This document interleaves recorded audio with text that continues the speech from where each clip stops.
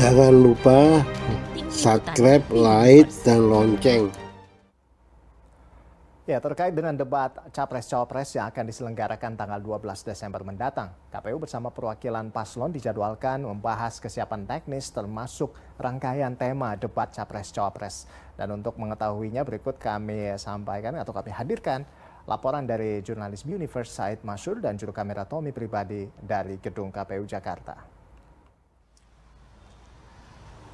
Jelang penyelenggaraan debat Capres dan juga Cawapres, saat ini Komisi Pemilihan Umum atau KPU masih terus merancang dan juga menyusun sejumlah mekanisme dan juga prosedur yang akan dilakukan dalam debat Capres-Cawapres yang tinggal sepekan lagi. Akan dimulai pada 12 Desember mendatang sebanyak 5 kali sesuai dengan ketentuan Undang-Undang Pemilu nomor 7 tahun 2017.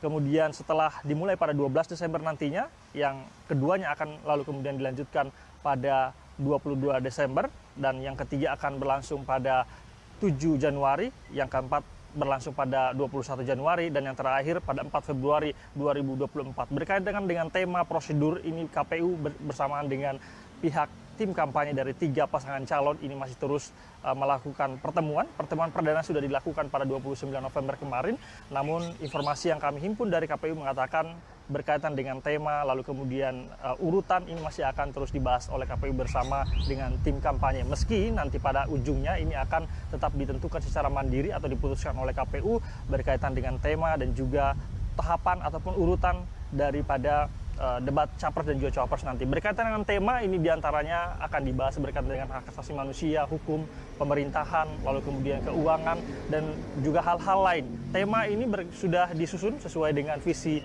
nasional dalam pembukaan Undang-Undang Dasar 1945 dan juga dalam Rencana Pembangunan Jangka Panjang Nasional atau RPJPN yang sudah disusun. Nanti tentu saja kita akan sama-sama menunggu dan juga mendengarkan para Capres dan Cawapres beradu gagasan dalam satu forum yang sama untuk kemudian menyampaikan gagasan dan juga visi misi dari mereka. Dari Jakarta, Said Masyur. Pemirsa, Kapolri Jenderal Listio Sigit Prabowo menerima kunjungan resmi Panglima TNI Jenderal Agus Subianto di Mabes Polri. Salah satu yang dibahas dalam pertemuan adalah mengawal pemilu agar berjalan lancar dan aman. Panglima TNI Jenderal Agus Subianto melakukan kunjungan resmi ke Kapolri Jenderal Listio Sigit Prabowo. Usai pertemuan, Kapolri menyampaikan salah satu yang dibahas adalah memperkuat sinergitas TNI dan Polri untuk mengawal agar pemilu 2024 berjalan aman, lancar, dan damai. Untuk itu, Polri telah menyiapkan pengamanan dari kampanye hingga pencoblosan di tempat pemungutan suara.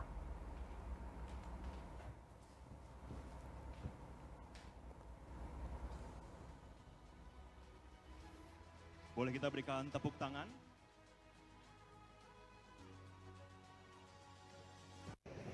Di tengah isu masalah ketidaknetralan, namun di sisi lain tentunya Polri bersama TNI harus turun di lapangan karena kita ingin memastikan bahwa yang namanya kegiatan tahapan pemilu, distribusinya, kemudian pelaksanaan kampanyenya, sampai dengan kegiatan di TPS nanti,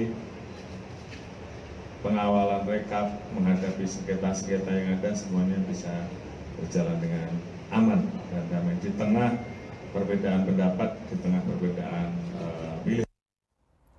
Pernyataan senada juga disampaikan Panglima TNI Jenderal Agus Subianto. Jenderal Agus mengatakan TNI dan Polri siap bersinergi menghadapi pemilu damai.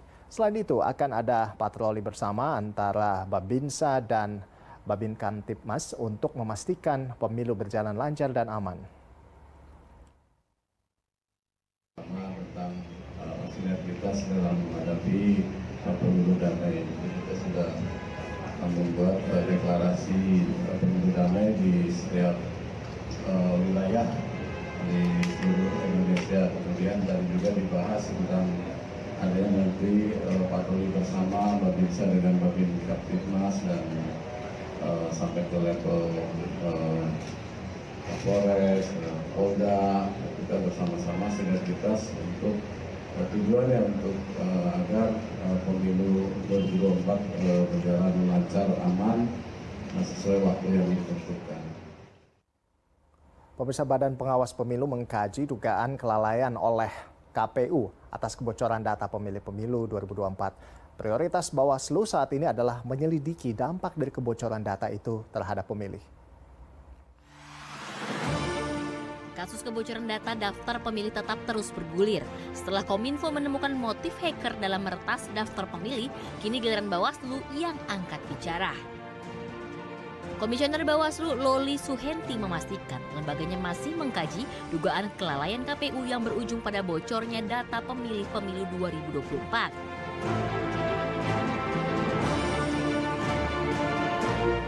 Sebelumnya, Dirjen Informasi dan Komunikasi Publik Kemenkominfo mengungkap motif hacker anonim Jimbo meretas data pemilih adalah demi kebutuhan ekonomi.